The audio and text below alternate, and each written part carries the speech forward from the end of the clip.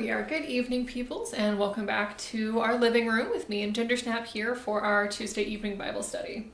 So in the before times, a year ago this week, we had our last in-person Bible study, and we had just started the book Glittering Vices by Rebecca Konyndyk de Young. So we were looking at the 7 deadly sins, which have been a pretty long-running way of framing the bad things that we do under general categories. So there's 7 big categories under which most things we could argue would fall.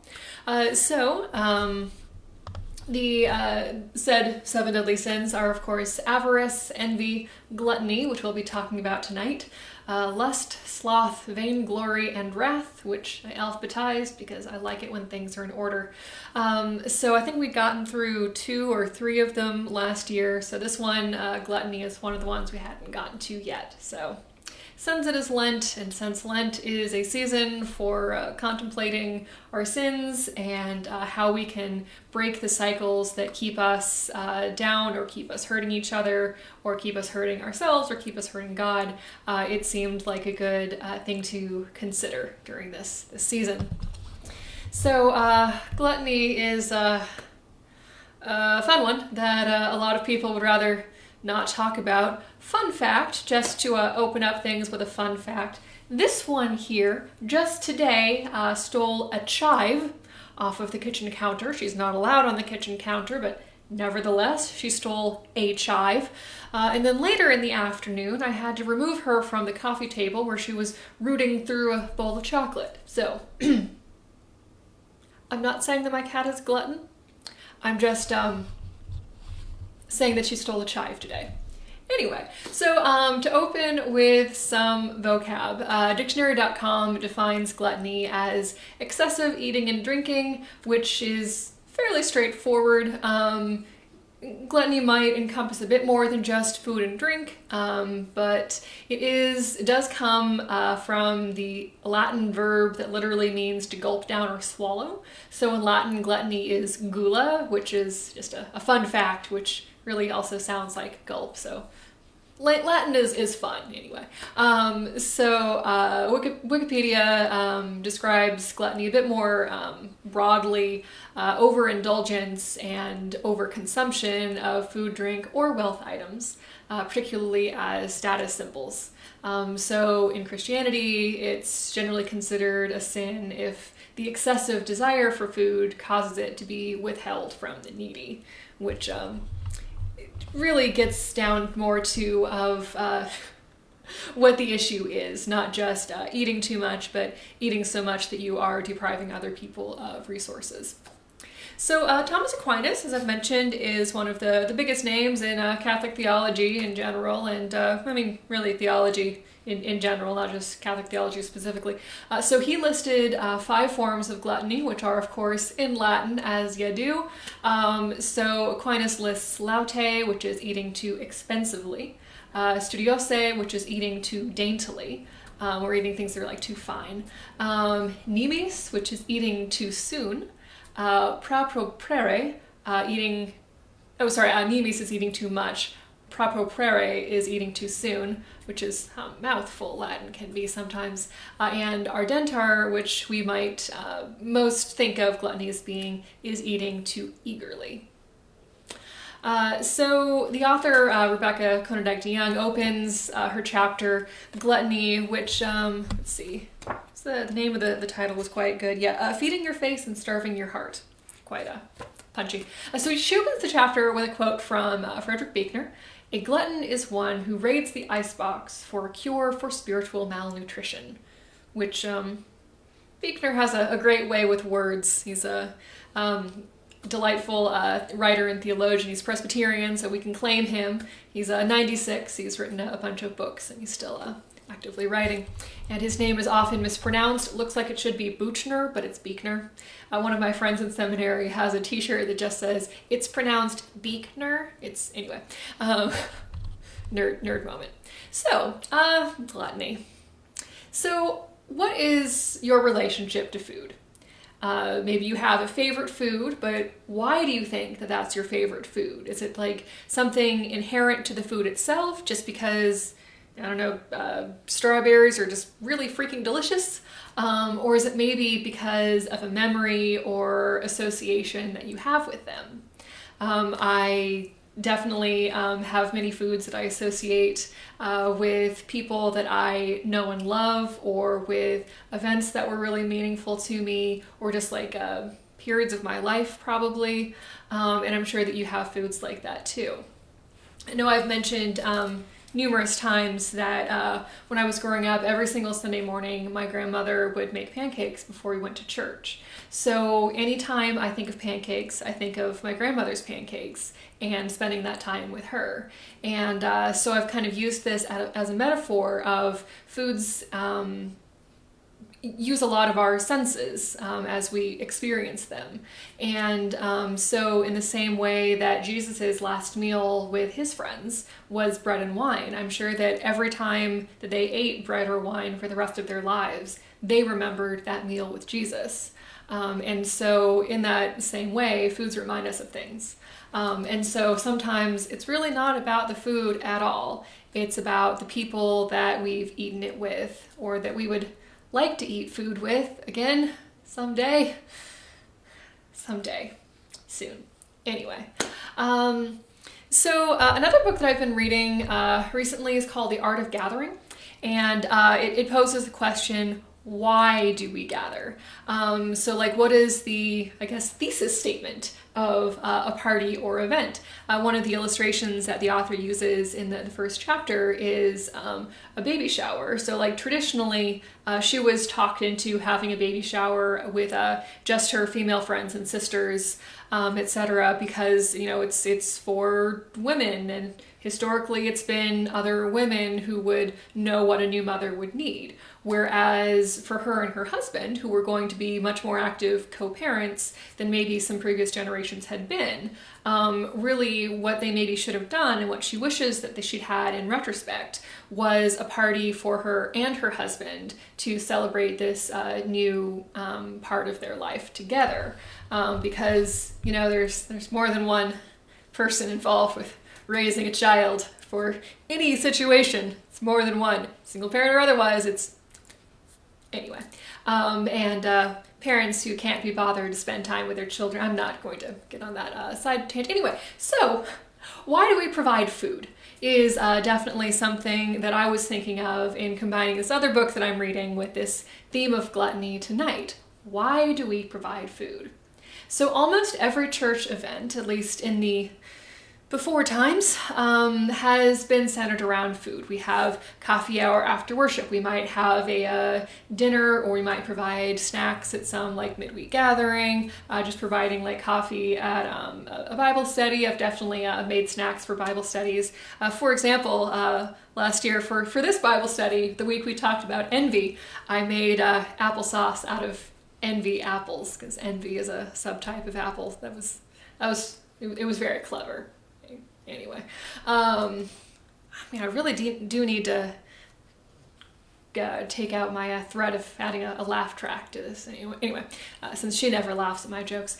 So anyway, so why do we provide food? Are we legitimately providing a meal, say because the most convenient time for people to gather would be during, say, supper time, or because it's going to be a long event? You know, that might be a good reason, but maybe are we trying to entice people to come by offering something tasty? Are we bribing the kids with snacks? Honestly, that happens sometimes with organizations. Are we using food as an advertisement? Hey, come, we got good snacks. Are we showing off our cooking skills? I've totally been guilty of this on occasion. Are we sharing a gift, the fruit of our garden, literally or figuratively, or, you know, wanting to share something? Those are very different reasons, and they're not necessarily always good reason. But we might want to ask, how does a table of food look to someone from another culture? One of the pastors that I've been in conversation recently, her husband, who is also a pastor, has a church where most of the congregation is from West Africa. And there's kind of a cultural divide in the church because it's a very diverse church. But there's a cultural divide often at potlucks because a lot of the food there will be very West African and not something that the other part of the congregation has ever seen or heard of before. And yeah, I can imagine it would be very disorienting to show up to a buffet and legitimately not know what the dishes are. And I can definitely appreciate that it could feel very awkward to ask, what is this? Is it going to be too spicy for my palate? Because if I eat something really spicy and like my eyes are watering, I'm going to feel really rude to the person who made it. Is it something that I don't feel comfortable eating for whatever reason? Is it something that like I'm just not going to like? You know, I can appreciate that could cause some tension. This is why I always say that we should label what we've brought, who's brought it, and what the common allergens are, if there are any in it. So anyway, for that matter, what does the table of food look like to someone who has dietary limitations? I've talked before about my friend who grew up diabetic, and she really couldn't eat or drink anything at church because even after years and years of attending the church where she grew up and everyone there knew what her limitations were, the beverages at youth group were pop or juice, and that's not something she could have. Like, literally, they didn't even have out bottled water, which really seems like a jerk move, honestly, because like they knew she was going to be there. And anyway, so how does a table of food look like to someone who has a history of eating disorders and who might feel very uncomfortable in social situations that are based around food? How might the table look like to someone with food allergies? Hey. One highlight of my life was a holiday party where I got to eat white rice and Christmas cookies. That was, yeah. Or numerous potlucks where I get salad and potato chips. I don't actually like potato chips, but yeah. Because I don't have the time or the energy to go around asking everybody, what is this dish? What is in it? Is it going to physically hurt me? My allergies are not even that obscure. So what kind of food do we provide? So I think I mentioned last week that after college, I turned on the electric blanket for you. Well, you got better things to do? Okay, we got better things to do over here. So after college, I spent a year working for a nonprofit in Washington, D.C., so others might eat, which obviously has a lot to do with food. It started out as a priest who was passing out soup out the back of the church, but over the years, it's a really big organization now. So we serve like millions of meals every year, possibly a slight exaggeration, but breakfast and lunch every day. We have a medical clinic and a dental clinic. We have low-income housing. I haven't worked with these people for over a decade. I'm not really sure why I'm still saying we. We have job training programs and all sorts of programs. Anyway, so that was a very intense experience that I had for a year. And so some of the stories that I heard were from formerly street homeless people who have gone through the program and are now working and living in low-income housing. And they would say that when they were, most of their food was coming from homeless shelters, they were very overweight, but they were also malnourished. Because what's the cheapest and easiest meal to make en masse? Probably pasta, which is a lot of carbs. And so especially when you have like a whole bunch of different groups signed up throughout a month to provide meals, the go-to for each of those is probably going to be along the lines of a huge pot of pasta and bread, because that's, I mean, logistically speaking, that is a very easy thing to make in a large quantity, but it's also an inexpensive thing to do. And so often programs will consider more in terms of quantity rather than quality or nutrition.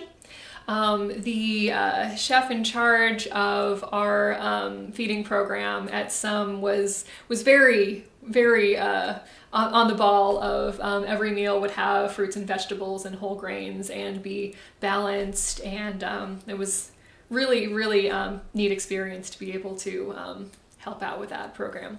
Anyway, so what should we most look forward to at any given gathering? The food or the people?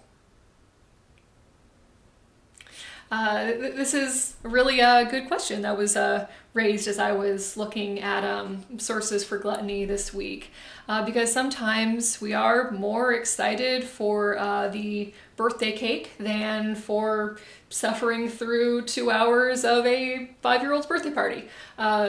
I've only ever been to one 5-year-old's birthday party, at least as an adult. It was a delightful experience. So that's just an example and not personal experience. But like, what is it that we're looking forward to? Because if you're going to an event in order to eat something, that kind of says something about what the event is and why it's being held and why you are going to it. And I don't know, maybe it's the experience of the past year, but me projecting of not having seen humans in a year, that we should be interacting with each other and gathering to see each other and to further our relationships with each other and not just to eat. So also, how do we assume that meals should look? Very fun fact, which honestly, it's just blows my mind. Breakfast being the most important meal of the day, that was an advertising campaign in the 20th century. The whole image of breakfast as being like bacon and eggs, that was an advertising campaign in the 20th century, which is just so amazing because like everything or almost everything that we think of breakfast as being was an advertising campaign. So it's wild. But like we think that certain meals should look a certain way or certain foods should look a certain way. When we imagine an apple, it doesn't have like dents and bruises in it. It's a certain shape. It's a certain like set of colors. Even the food pyramid was like super subsidized by industry lobbyists. You don't need that much bread. What 11 servings, I think, was the base of the pyramid, at least when I was in elementary school. They've changed it since. But like, that was funded by industry lobbyists. There are people who want you to eat that much bread. It's not necessarily that you should. Also, honestly, 11 servings of anything in any given day is like way too much. Not the point. Yeah, but we just have this image of what food is supposed to be, and that's not necessarily based on what is the most healthy for us, because dietary needs can, this is not my wheelhouse. I am not a scientist, I'm not a nutritionist, but different people have different needs. Anyway, so do we eat because we're hungry or because we're bored? For a lot of people, that might be the heart of what gluttony is. Not necessarily that we're eating a lot, but because we're doing it, not because we're hungry, but because, I don't know, it's there. But relationships with food can very often be super complicated. They can even be painful. For people who don't live with food insecurity, which is not knowing where your next meal will come from or even if it will, that's a very different category. So if you're not in that category, maybe we could define gluttony as taking food for granted, because on a very real level, there are way too many people in this country who are struggling with food insecurity, like 1 in 7 kids, I think, which is not how the world should be at all. Kids should not be going hungry.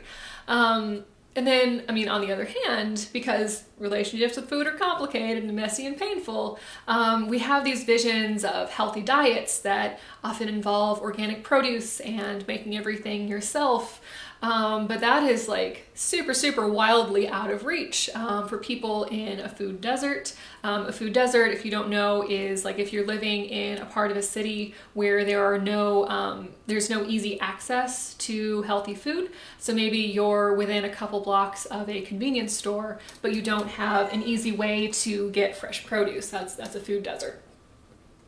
But that's also pretty hard to reach if you don't have the money to buy fresh food, or if you don't have the time to prepare it at home if you're working multiple jobs, or if you can only afford a teensy tiny apartment where the counter in your kitchen is this wide. That was a fun summer that I had. Man, it was hard to cook in that kitchen. You could be on the electric blanket, or you could, okay, fine. She really wants to be on camera. Whatever. Anyway, so that can be really, it can feel very impossible. And if what you see presented as being a healthy diet is lots of fruits and vegetables that you cook at home, and you have no way of affording or buying or creating that, then honestly, why bother? If you can't get there at all, then yeah. So yeah, food is complicated. Our relationship to it is complicated, and all of this is very dependent on life situations. So anyway, we often talk about active sins versus sins of omission. In confession, prayers of confession, we might say, forgive us for what we have done and what we have left undone. So is gluttony an active sin or a sin of omission? It might depend on what your attitude towards food is. You might honestly just never think about why you're eating or what you're eating or how you're eating or who you're eating with. And that might be a sin of omission. Or maybe it's, I can't stop eating this and I know that I can't stop eating this and this is a problem. This is all consuming this. I am obsessed with this ice cream. That would be more of an active sin. But I mean, it could look like different things for different people. So another question that I've been asking is what specific immoral actions might fall under the bigger category of the sin of gluttony. But in this case, I think they could look very different for very different people. Because we all have an unhealthy relationship with food in some form or another probably, but that's very, very different. It might be that you are super, super allergic to something, but you keep eating that food anyway, and then you get really sick, and because you can't bring yourself to stop eating that thing. I'm definitely not thinking of people that I know. Or you might just have a really unhealthy diet because you can't be bothered to eat healthy because you don't think that you deserve it. It gets very complicated. So the specifics of gluttony are very dependent on different people. But why is gluttony such a deadly sin? Is it really that bad? I would definitely say yes. For some people, it might not be as much of a concern as it might be for others. Maybe you are someone who's very intentional about how you eat and how you share food with people. Great for you. Sure, you've got other things to work on, but great for you. But it can be very all-consuming and keep us from being better people and being better members of Christian community, etc. So as we've also talked about, each of the 7 deadly sins has its opposite. So the opposite of gluttony is temperance. A lot of these words come pretty straight from Latin words, and temperance is kind of a more loaded word in English. I would almost entirely think of it as related to the Women's Christian Temperance Union, which I found out today still exists as an active organization. Did not know that. Anyway, it was a group that was founded in the 19th century of women who wanted to ban alcohol. This is how we got prohibition, because that was one way that they saw of improving living conditions for themselves and their children and their communities. But the fact of this organization existing, of women coming together to promote a cause, also pretty directly led towards women having the right to vote. Because when they organize, they're like, hey, we actually have power. Who'd have thought it? We're capable of organizing and having opinions. Who knew? Yet women should be allowed to vote. Shouldn't have taken as long as it did, but anyway, really should not have taken as long as it did. Anyway, so temperance is something more like moderation or self-control or self-restraint. doing things intentionally, I would say. So what would it look like if we approached eating and meal planning with more intentionality? So you might, for example, consider the difference between eating at a table versus eating on the couch in front of the TV, even if it's the exact same meal. If you're focused on the food, you would probably enjoy it more. You might eat less of it. You might, I don't know, chew more times than if you're just mindlessly eating popcorn during a movie or watching TV during dinner or whatever.